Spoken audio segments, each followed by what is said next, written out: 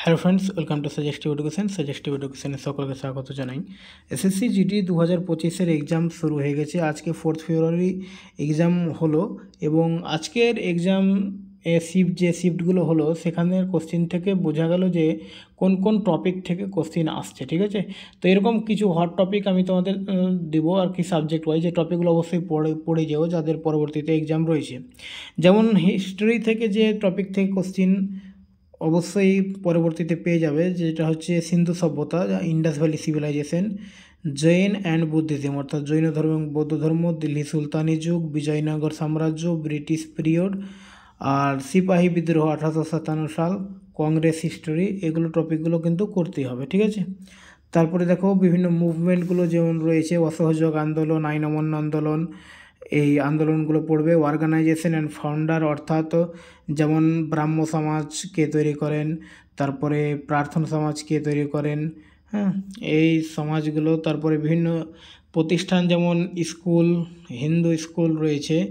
তারপরে কংগ্রেস হিস্টোরি তো এখানে বললাম, সেগুলো অবশ্যই জেনে যাবে, ঠিক আছে। ইম্পর্টেন্ট ব্যাটেলস অফ ইন্ডিয়া জানবে। 1857 বিদ্রোহ তো আমরা দেখলাম। তারপরে হচ্ছে মোপলা বিদ্রোহ, তারপর পলাশির যুদ্ধ, এরকম যে ব্যাটেলগুলো রয়েছে অবশ্যই তোমরা ওখানে টপিক ওয়াইজ পড়ে নেবে। আর পলিটিতে আমরা যেগুলো পড়বো সেগুলো হচ্ছে ফান্ডামেন্টাল রাইটস, খুব ইম্পর্টেন্ট টপিক, যে পার্ট 3টা রয়েছে। তারপরে সংবিধানের শিডিউলগুলো এবং পার্টসগুলো, ঠিক আছে, কোন আর্টিকেল রয়েছে এবং কতটা পার্ট রয়েছে, কোন পার্টে কী রয়েছে। আর সুপ্রিম কোর্ট সম্বন্ধে পড়বে, তার 5টা রিটস সম্বন্ধে পড়বে। প্রেসিডেন্ট সম্বন্ধে অবশ্যই পড়ে নেবে, প্রাইম মিনিস্টার, পার্লামেন্ট আর সংবিধান সংশোধনী। ইম্পর্টেন্ট সংশোধনগুলো পড়তে হবে, যেমন 42তম খুব ইম্পর্টেন্ট, 44তম, 86তম। এই সংবিধান সংশোধনীগুলো আরও অনেকটা রয়েছে, ইম্পর্টেন্ট বেশ কয়েকটা রয়েছে, 8 থেকে 10টা সংবিধান সংশোধনী অবশ্যই পড়ে নেবে, ঠিক আছে। সবথেকে ইম্পর্টেন্ট 42 থেকে অনেক কোশ্চিন আসে। তারপরে দেখো জিওগ্রাফিতে পড়বে রিভার্স অফ ইন্ডিয়া অর্থাৎ নদ নদী আর মাউন্টেন্স, পাহাড় এবং মাউন্টেন পাসেসগুলো যেগুলো রয়েছে, ঠিক আছে। জজিলা, তারপরে নাথুলা, শিবকিলা, লিপু লেক, হ্যাঁ, এগুলো এই পাসগুলো কোথায় রয়েছে, কাকে মানে কোন জায়গা থেকে কোন জায়গায় কানেক্ট করছে, পালঘাট, ভোরঘাট, থালঘাট, এগুলো। তারপরে ড্যামসগুলো পড়তে হবে, কোন রাজ্যে কোন ড্যামস রয়েছে কোন নদীর উপরে, আর মেজর হিলস, ঠিক আছে। তারপরে ইকোনমিকে 5 ইয়ার প্ল্যান, পঞ্চবার্ষিক পরিকল্পনা, সেন্সাস অর্থাৎ 2011 সালে যে সেন্সাস হয়েছে সেটা, আরবিআই। আর আচ্ছা, এখানে ইকোনমিক্সে 3টা টপিক পড়লেই হবে, ঠিক আছে। আর এটা হচ্ছে স্ট্যাটিক জিকে টপিক, এখানে আমি এটা করতে ভুলে গেছি, ঠিক আছে। ফক ড্যান্স তো অবশ্যই পড়তে হবে, কোশ্চিন আসছে। Classical dance, festivals, arts form of India.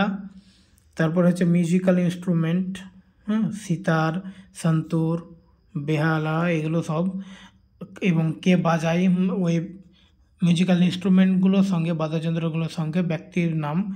Books and author, তারপরে স্পোর্টস এবং অ্যাওয়ার্ডস থেকে পড়বে। আর কারেন্ট অ্যাফেয়ার্স থেকে কয়েকটা জিনিস পড়বে। স্পোর্টস কারেন্ট অ্যাফেয়ার্স, কোন খেলা কত সালে হয়েছিল, 2024 সালে কোথায় কোন খেলা হয়েছে, ঠিক আছে। তারপরে অলিম্পিক সম্বন্ধে। অ্যাপয়েন্টমেন্টস, বর্তমানে কে কোন পদে রয়েছে, রাষ্ট্রপতি পদে কে রয়েছে, আরবিআই গভর্নর কে রয়েছেন, সিএজি কে, সিজিএ কে, চিফ জাস্টিস, এগুলো সব কিছু এখানে জানতে হবে। এবং কে কোন রাজ্যের কোন চিফ মিনিস্টার রয়েছে।